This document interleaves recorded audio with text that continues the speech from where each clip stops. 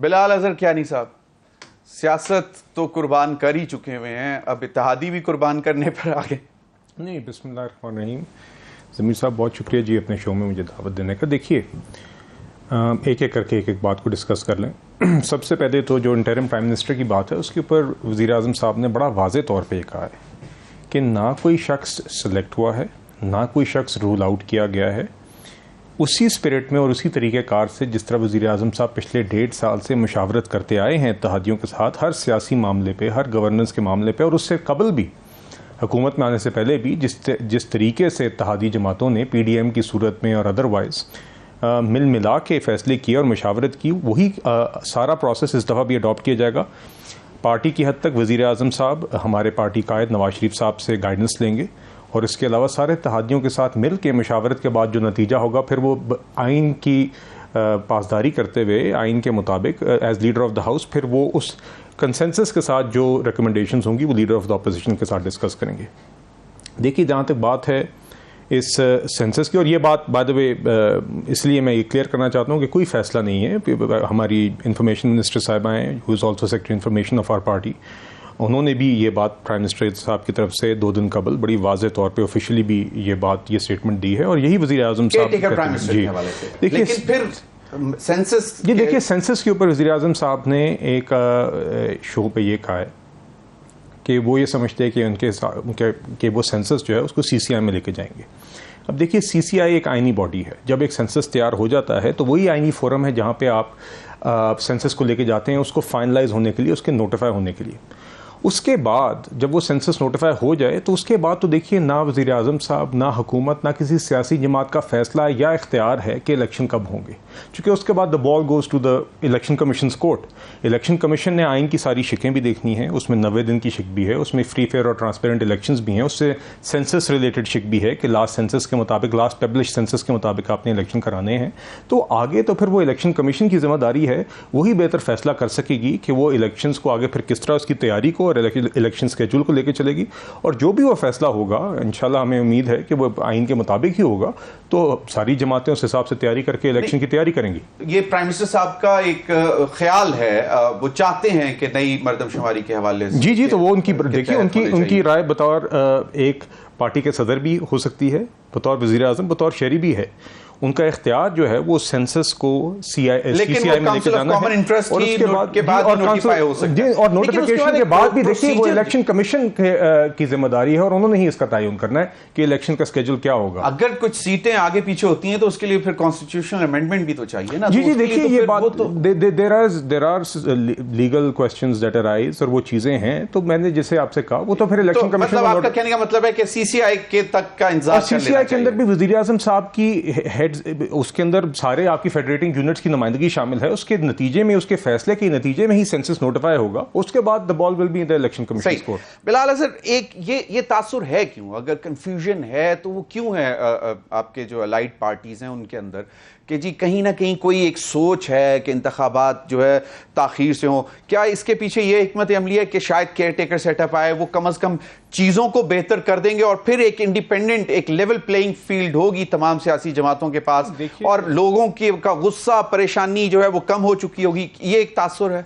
ये बतौर कारकुन अपनी जमात के जी मैं आपको एक कैटेगोरिकली बता सकता हूँ कि हमारी जमात एक जमहूरी जमात है, बेतहाशा इलेक्शन लड़ी भी है और पिछले 3 दहाइयों में अगर आप देखें तो पाकिस्तान की हिस्टोरिकली सबसे कामयाब पिछले 3 दहाइयों में हम इलेक्टोरल जमात हैं। तो देखिए, हम बिल्कुल इलेक्शन से ना डरते हैं, हम इलेक्शंस जब भी हों उसके लिए तैयार होते हैं और हम में से कोई भी नहीं ये चाहता कि इलेक्शंस किसी वजह के बगैर या किसी भी बिला वजह किसी ताख़ीर का शिकार हों, ये कभी भी इंटेंशन नहीं होती।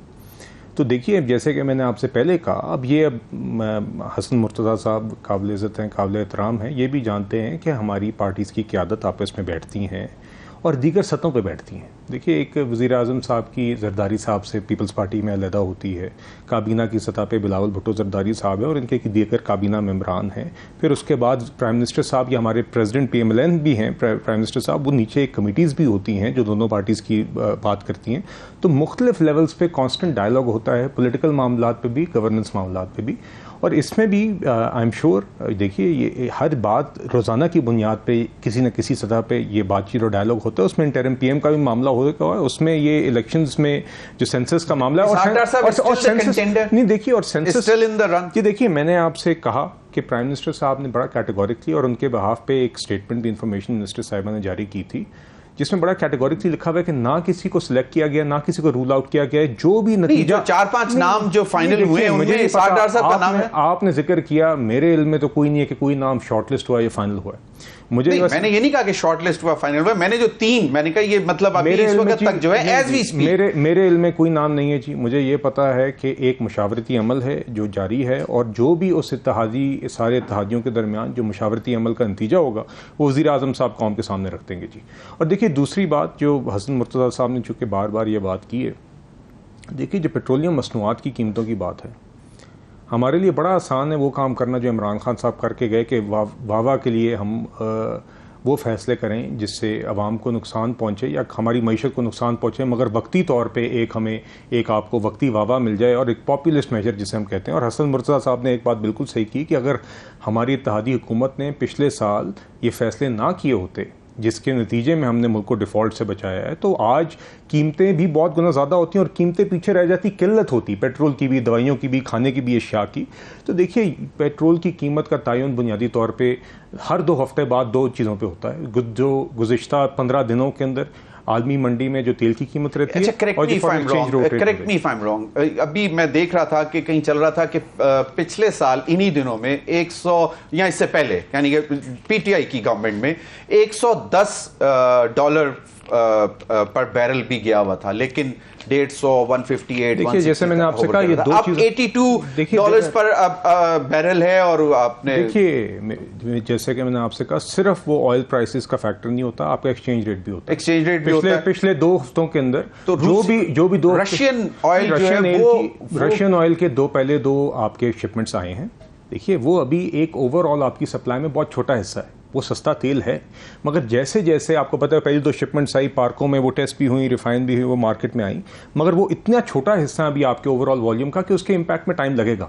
जैसे जैसे रशिया की सप्लाई बढ़ेगी और आगे हम उम्मीद करें कि रैंप अप करेगी, तो आपके ओवरऑल जो आप फ्यूल इंपोर्ट करते हैं उसमें जब उसका हिस्सा बढ़ेगा तो कीमत के ऊपर ज़्यादा असर आएगा। अभी चूंकि वो है सस्ता, मगर क्योंकि वो मिकदार में छोटा है, तो इसलिए भी उसका आपको वाज़ेह तौर पर अभी एट दिस स्टेज उसका प्राइस के ऊपर इफेक्ट नजर नहीं आ रहा है। प्राइस का इफेक्ट नहीं नजर आ रहा। तो जो बर्डन शेयर वाली बात की हसन मुर्तज़ा साहब ने जी, प्राइस तो बहुत हैवी है आप लोगों के लिए।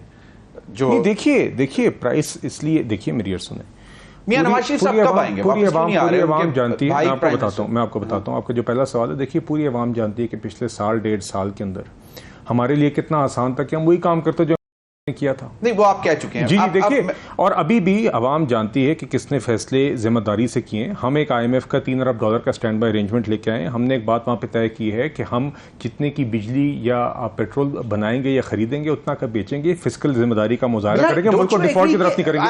आपका दूसरा सवाल है, एज ए पॉलिसी स्टेटमेंट बिल्कुल आप सही कह रहे हो, लेकिन एक आम जो है आदमी है उसको शायद ये इन चीजों का नहीं मालूम। जिस तरह हसन मुर्तज़ा साहब आमिर यासरानी के 2 जमा 2 रोटी। अब मैं आपको रोटी का बताता हूं जी। आप क्या चाहते हैं कि मुल्क श्रीलंका बन जाए?